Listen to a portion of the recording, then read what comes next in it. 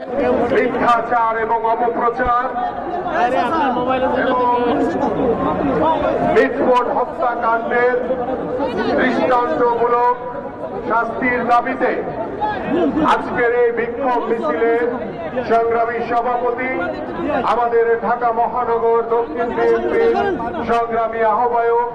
জনাব রফিকুল আলম মজনু, আমাদের মাঝে উপস্থিত প্রধান অতিথি স্বৈরাচারের বিরুদ্ধে যিনি বলিষ্ঠ কণ্ঠস্বর হিসেবে সবসময়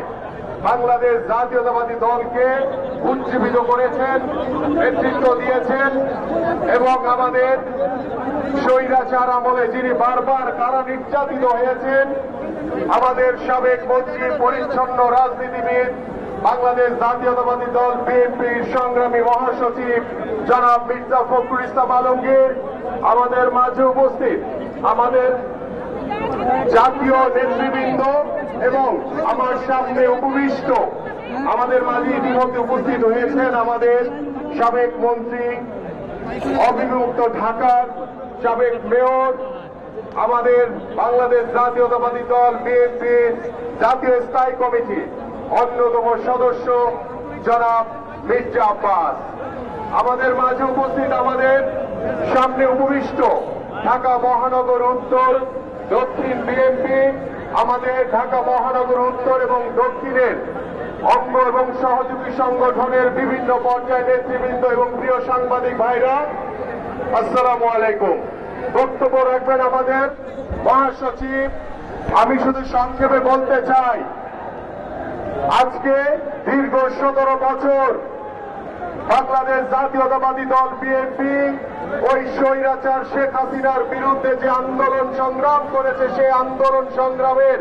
নেতৃত্ব দিয়েছেন বিএনপির ভারপ্রাপ্ত চেয়ারম্যান জনাব তারেক রহমান এবং তিনি বাংলাদেশ জাতীয়তাবাদী দল বিএনপিকে ঐক্যবদ্ধ করে দেশের সাধারণ মানুষকে সাথে নিয়ে ওই স্বৈরাচার শেখ হাসিনার বিরুদ্ধে এক দফা দাবি দিয়েছিলেন। সেই দাবিতে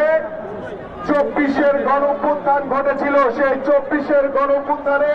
স্বৈরাচার শেখ হাসিনার পতন হয়েছে। সেই স্বৈরাচার শেখ হাসিনার পতনের পরে 5ই আগস্টের পরে আমরা যখন বাংলাদেশ জাতীয়তাবাদী দল বিএনপির ভারপ্রাপ্ত চেয়ারম্যান জনাব তারেক রহমানের নেতৃত্বে আগামীতে একটি সুষ্ঠু নির্বাচন, অবাধ নিরপেক্ষ নির্বাচনের লক্ষ্য নিয়ে দেশের সাধারণ মানুষের সাথে ঐক্যবদ্ধভাবে কাজ করে চলেছি, ঠিক তখনই এই নির্বাচনকে কেন্দ্র করে এই নির্বাচনকে পিছিয়ে দেওয়ার জন্য কিছু ইসলামিক দল, নতুন দল, তারা বিভিন্ন ধরনের ষড়যন্ত্র করে বেড়াচ্ছে এবং তারা দেশি বিদেশি ষড়যন্ত্রকারীদের সাথে, ওই আওয়ামী স্বৈরাচার প্রেতাত্মাদের ষড়যন্ত্রকারীদের সাথে ঐক্যবদ্ধ করে বাংলাদেশ জাতীয়তাবাদী দলের বিরুদ্ধে মিথ্যা অপপ্রচার, মিথ্যা অপরাজনীতি করার চেষ্টা করছে। আমরা খুব দৃঢ়ভাবে বলতে চাই, আমরা কোনো মিথ্যাচার, কোনো অপপ্রচার কোনোভাবে মেনে নেব না।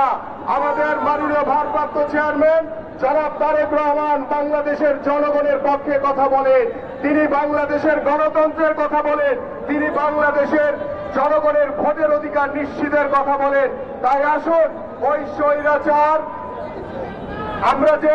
পতন করেছি, যে ওই স্বৈরাচারে যে পতন করেছি, সেই পতনের পরে কিছু স্বৈরাচারের প্রেতাত্মারা এখনো ষড়যন্ত্র করে বেড়াচ্ছে। এই জন্য আপনাদেরকে, আমাদেরকে সতর্ক থাকতে হবে